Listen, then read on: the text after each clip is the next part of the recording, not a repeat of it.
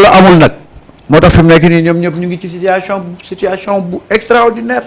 y a certains nag qui pensent que il faudra exercer un chantage pour pouvoir amaat privilège yañ doon am moo tax ñuy xataraay fi mu nekk nii mais c'est peine perdue. parce que ñi nekk fii kenn du leen chantage. xale yi dañoo xeere de. voilà le problème. Waly Diouf Bodian. doomu nday Ousmane. le chef du port. waaw moom nga xam ne fu Ousmane tullee rek mu mbala. bi yoon de Oumar Youm. la daal di maître Oumar Youm. nee na maître Oumar Youm a oublié qu'il était ministre des forces armées pendant que Macky Sall raflait en masse les Sénégalais. On ne l'a jamais entendu broncher à son temps. Son indignation et sa capacité d'analyse étaient en hibernation. Aujourd'hui, il convoque le bon Dieu pour soutenir sa position dans la défense sans illusion d'une opposant dérivé. Heureusement que lui déglu na Youm xam nga mu ne ko supporter dignement le retour de bâton. supporter dignement le retour de bâton. moo tax. ci Waly. tey dama ne gaañ bu ñu dégloo Youm rek. dañuy comprendre man dama ko déglu. mu ne mais si Youm laa kanaa dafa fàtte wala tey ji la xel bi di door a leer. tey lay doog a leer. boobu xel mi mais heureusement ba bi muy wax man dama ciy dégg ne daf doon défendre ak dëggal li gaa ñi nekkee woon de 2021 ba 2024. quand il a évoqué devant l'injustice la résistance est obligatoire. boobu yaakaar wax ne non xamul woon ne lii. mu joxe exemple ne. wax ba dugal sa comme bopp. de 2021 ba 2024. kon 2021 ba 2024 gaa ñi ci résistance dañu nekkoon. yow yaa nekkoon ministre des forces armées. et pourtant à un moment donné xam-xam bi nga am yëpp ndonte nekkul période boobu la gaa ñi sax génne armée bi. ba ñu ñëw ne nañu défendre ba gaa yi bala ñoo wax Macky Sall na ko hey attention fi nga jëmale Sénégal c'est pas bon. armée bu leen boole ci mbir yi bàyyi leen ñu delluwaat ci caserne yi loolu ça a fait que le Sénégal tey mu am benn stabilité bi nga xamante ni moo am mais yow xam-xam ak capacité d'analyse bi nga am nii tey ci situation yii. te xam ne yow situation bi ngay décrire mooy yéen bi ngeen nekkoon te jamono jooju noonu mais mosoo yëkkati sa kàddu pour wax ne lii stop. te tu étais proche du président de la République pour lui montrer que ni li nga nekk di def nii c'est tout sauf lu jaar yoon. boo ko waxoon mu dàq ko de. mais ñu xam ne daf ko dàq. si si dignité mu am dignité am. da doon nguuru. da koy dàq ba pare. non ñu dàq la nga dem ak sa dignité moo gën lii yëpp nga xam ko toog ci waaju nga xamante ni mu ngi bafouer droit yëpp nga toog ne cal jàppal ne li muy def nii dëgg la. ah topp ne ngeen di traiter nit ñi. ay terroristes. force occulte di traiter nit ñi force occulte. force spéciale nangam. et tey voilà. c'est toi l'avocat. mais li Waly Diouf Bodian wax na ko nangu. il faut accepter dignement le retour du bâton. ah oui. xam ne fii loo fi def gis nga kuñ fi fay sa bor. nga mer ku ne. la nga leble rek baaxul de. mais boo leblee lu baax ñuy di la fay bor da ngay kontaan. ñii nag bu ñu leen fayee ñu torox.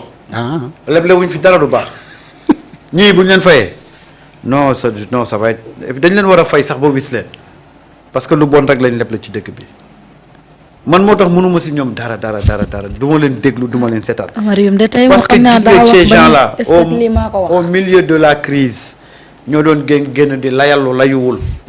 justifier lu justifié wul. ñoom li fi Macky def yëpp dañoo jàpp ne lu baax la. tey nag ñoom ñoo wëlbatiku nag le retour du bâton ñuy jéem a nag am yàlla moo ay ci fóotu xaw ma lan. fóotu waaw ah.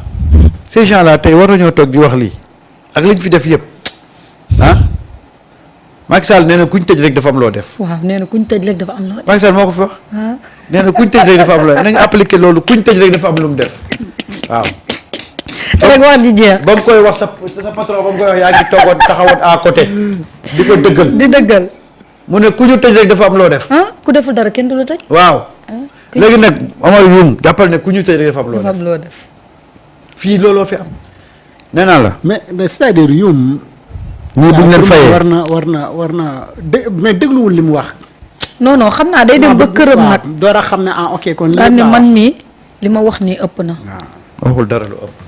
non dafa enfoncé client am. waaw loolu laa la wax li mu wax. xam nga ñoom dañuy jël ay clients yoo xam ne dañ leen di jéem a défendre mais tout le temps dañ leen di enfoncé. parce que dañu bëgg défendre l'indéfendable.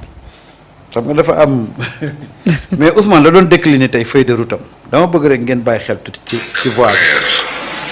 Celui de l'efficacité collective.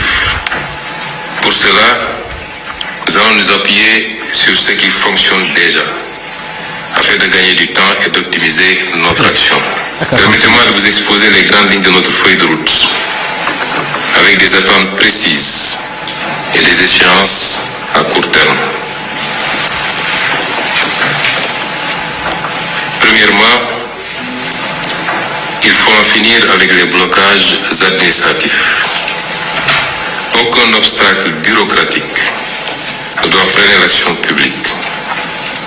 Les circuits doivent être fluides et nous allons améliorer immédiatement le traitement des correspondances et déployer la gestion digitalisée du courrier dans les 3 prochains mois. Les courriers sans suite qui bloquent des projets structurants, c'est terminé. acca ñu yemagum fii balaa ñoo ñëwagum ci deuxième point bi. dégg nga li mu wax les courriers sans suite qui bloquent. mais c'est-à-dire que c'est ça qui gis nga administration ku am lu la naqare rek lii moo la naqare. ma la ko teg. dama bëgg a nettali. wax na problème mu administration bu fondamental. dama bëgg nettali li mu dégg ci un ministre de la République le ministre Alpha Ba wax ko keroog ci panel waa Pastef Guédiawaye mu ne